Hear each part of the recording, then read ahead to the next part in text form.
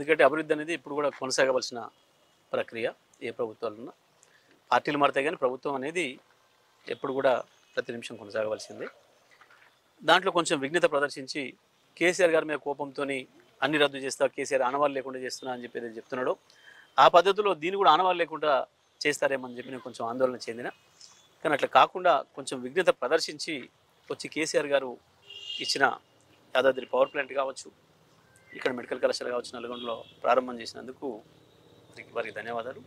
ఇదే సందర్భంలో ఇంత అద్భుతమైన వరం అల్ట్రా మెగా పవర్ ప్లాంట్ని మా వెనుకబడ్డ జిల్లా అయిన నల్గొండ జిల్లాకు ఇచ్చిన కేసీఆర్ గారికి ముందుగా మేము ధన్యవాదాలు తెలియజేస్తూ ఉన్నాం ఈ జిల్లా ప్రజల తరఫున.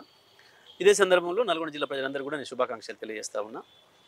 ఎందుకంటే 6 దశాబ్దాల కాంగ్రెస్ ద్రోహంతో, కాంగ్రెస్ నిర్లక్ష్యంతో, ఈ జిల్లాలో మంత్రులుగా పనిచేసిన వాళ్ళ నిర్లక్ష్యంతో నష్టపోయిన జిల్లా నల్గొండ జిల్లా, వెనుకబడిపోయిన జిల్లా ఈ జిల్లా.